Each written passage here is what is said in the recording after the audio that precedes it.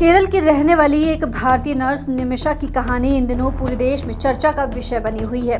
एक तरफ ये कहानी साहस, आत्मनिर्भरता और संघर्ष की मिसाल है, तो दूसरी तरफ ये यमन के जेलों में बंद एक भारतीय महिला के क्रूर अनुभवों, शोषण और न्याय के लिए लड़ी गई लंबी लड़ाई की त्रासदी है।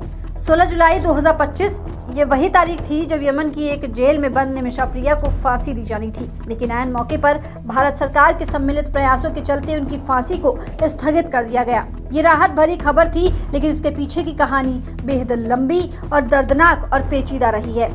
तो आखिर क्या है निमिषा प्रिया का मामला? क्यों एक भारतीय महिला को यमन में फांसी की सजा सुनाई गई और कैसे भारत सरकार ने इस फैसले को फिलहाल टालने में भूमिका निभाई है?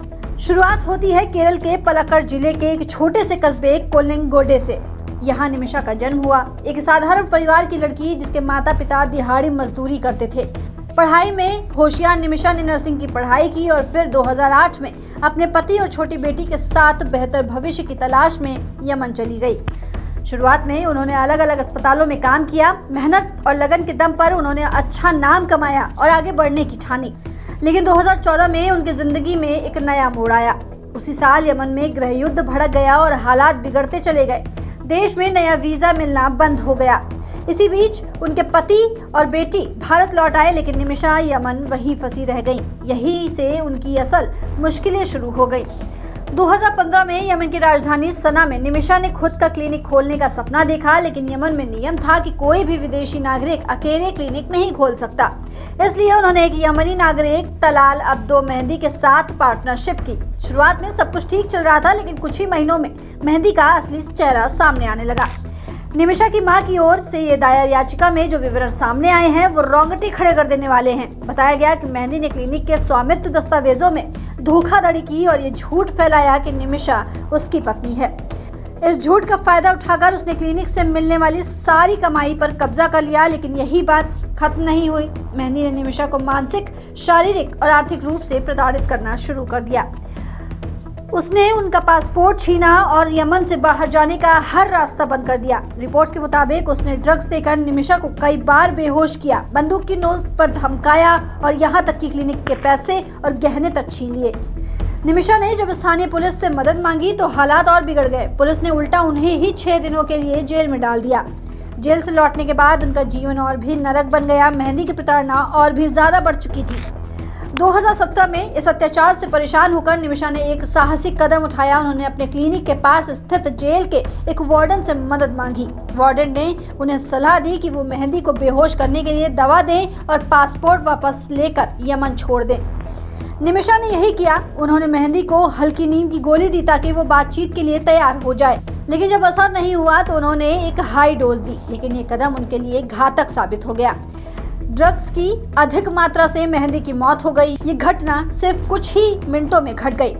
घबराई हुई निमिषा ने देश से निकलने की कोशिश की, लेकिन इससे पहले ही उन्हें गिरफ्तार कर लिया गया। 2018 में यमन की अदालत ने उन्हें हत्या का दोषी ठहराया और 2020 में सना की ट्रायल कोर्ट में उन्हें मौत की सजा सुना दी गई। ये खबर जैसे ही भारत पहुंची, केरल में हड़कंप मच गया। कई सामाजिक कार्यकर्ता, मानवाधिकार संगठन और निमिषा की मां ने इसे न्याय की विफलता बताया और सरकार से इस मामले में दखल देने की अपील की।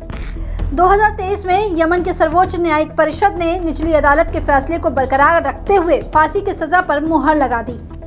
ये फैसला नवंबर 2023 में आया और तय हुआ कि निमिषा को 16 जुलाई 2025 को फांसी दी जाएगी। लेकिन भारत सरकार चुप नहीं बैठी। विदेश मंत्रालय ने इस मामले को गंभीरता से लिया। विदेश मंत्रालय के प्रवक्ता रणधीर जायसवाल ने प्रेस कॉन्फ्रेंस में बताया कि भारत सरकार इस मामले को लेकर यमन सरकार से लगातार संपर्क में है और हर संभव प्रयास कर रही है। भारत सरकार ने यमन में कानूनी प्रक्रिया के लिए एक वकील की नियुक्ति की ताकि निमिषा की ओर से शरिया कानून के तहत माफी या दया याचिका भी जैसे विकल्प तलाशे जा सके। इसी के चलते एक बड़ी सफलता मिली। 16 जुलाई 2025 की फांसी स्थगित कर दी गई। फिलहाल के लिए निमिषा को राहत मिली है, लेकिन ये राहत अस्थायी है। ये मामला भारतीयों के लिए एक चेतावनी है कि विदेशों में काम करने वाले नागरिकों को किन खतरों का सामना करना पड़ सकता है। एक पढ़ी लिखी आत्मनिर्भर महिला जो अपने परिवार के लिए विदेश गई थी, किस तरह धोखे, अत्याचार और न्याय का शिकार बनी, ये सोचकर भी डर लगता है। लेकिन साथ ही ये कहानी ये भी दिखाती है कि जब परिवार, समाज और सरकार मिलकर किसी के लिए आवाज उठाते हैं तो मुश्किल से मुश्किल हालात को भी बदला जा सकता है। आज निमिषा की मां भारत में दिन रात दुआ कर रही हैं कि उनकी बेटी को न्याय मिले। वो बार बार मीडिया, सरकार से अपील कर रही हैं कि उनकी बेटी ने जो कुछ किया वो मजबूरी में किया, आत्मरक्षा और आजादी के लिए किया। अब सवाल उठता है कि क्या यमन की अदालतें शरिया कानून के तहत ब्लड मनी या माफी की गुंजाइश देगी? क्या भारत सरकार इस केस को अंतर्राष्ट्रीय मंच पर प्रभावी ढंग से रख पाएगी? और क्या निमिषा प्रिया को आखिरकार पूरी तरह से राहत मिल पाएगी?